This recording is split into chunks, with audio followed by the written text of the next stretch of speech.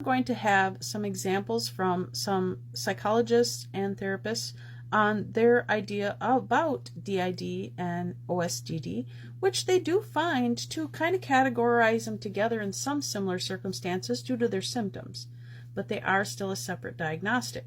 So we are going to read them off next. Colin Ross, 2007.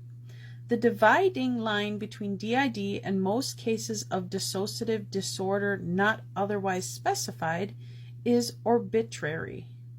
Most cases of DDNOS are partial forms of DID, which lack either clear switching of executive control, full amnesia barriers between identity states, or clear differentiation and structure of identity states. This is from similarly James Chu, 2011. Dissociative disorder not otherwise specified, DDNOS, is a catch-all category for dissociative disorders that do not fall into other groups.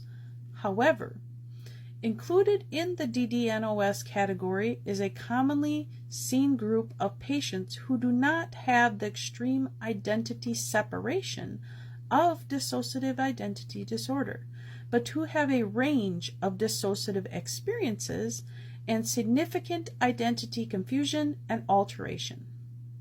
And this clinician, James E. Puo, my advice to clinicians is that until they have met an alter, it is not DID. They may suspect that someone has DID, and their suspicions may prove to be correct, but each of the 4 criteria must be met to diagnose someone with DID. Until that time, a diagnosis such as dissociative disorder not otherwise specified might be more appropriate. This is from a OSDD sufferer, and this is their anonymous letter, and I'm going to read it. Okay? I don't have parts like other people seem to. I have a sense of myself as being different at different times, feeling younger or feeling aggressive or withdrawn or panicked. And it's as if I'm watching myself at times like this. Things come out of my mouth, stuff I'm not saying, and I don't know why I'm saying it. I can't watch everything that I'm saying and doing, but it's like I can't do anything about it, and I don't know what's going to happen next. These other parts of me aren't clear, though. They're not distinct. They all respond to my name. So this part here, written by Caroline Spring, is dissociative amnesia, part of the criteria for dissociative identity disorder. There is a whole question of amnesia. This seems to me to be a real issue that, again, the DSM-5 criteria do not sufficiently address. In order to receive a diagnosis for dissociative identity disorder, you must display recurrent gaps in the recall of everyday events, important personal information, and/or traumatic events that are inconsistent with ordinary forgetting. In clinical circles, it is often taken to mean amnesia between parts/alters.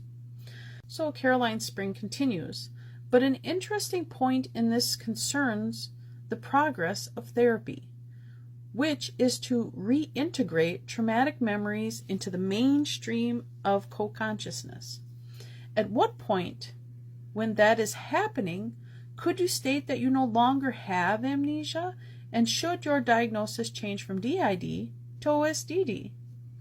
And if parts are integrating or fusing during therapy, at what point should you likely-wise shift along the spectrum and change your diagnostic classification? And what about instances of amnesia or about amnesia?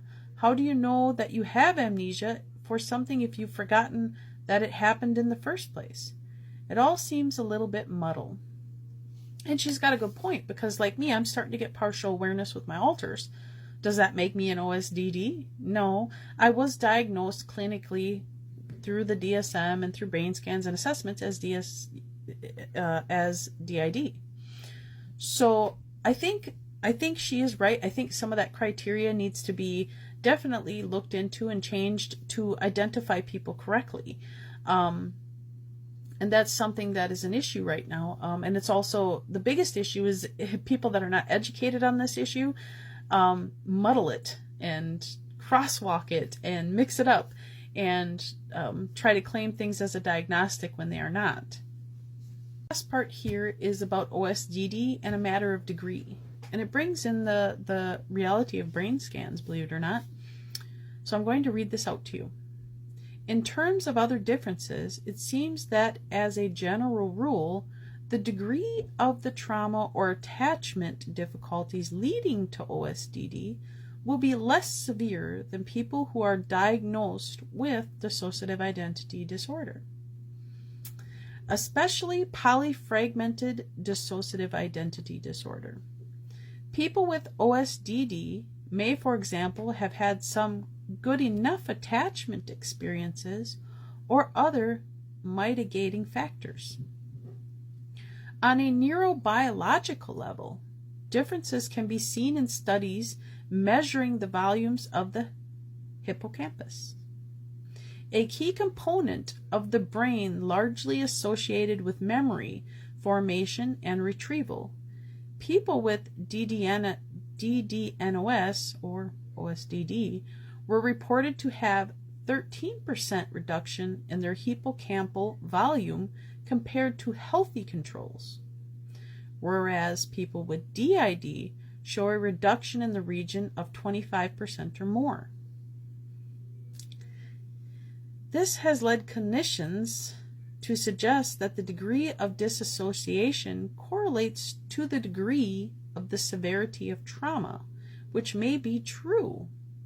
However, this is often little comfort to people with OSDD, as I shall discuss in future research. So that's just it. There are significant differences, then there's slight differences, and then there are a lot of, as far as the symptoms go, a huge connection with DID and OSDD people. The reason I like to keep it decompartmentalized is because DID people have really specific altercations and alters parts, whatever you want to call it, compared to OSDD. OSDD people have quite a bit of awareness.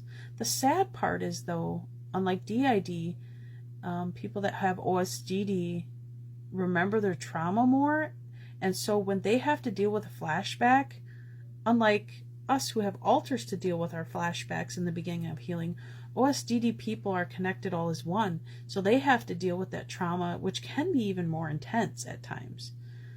So that's my DID versus OSDD difference, and I hope you found this useful, and you're more than welcome to also use this in therapy if need be.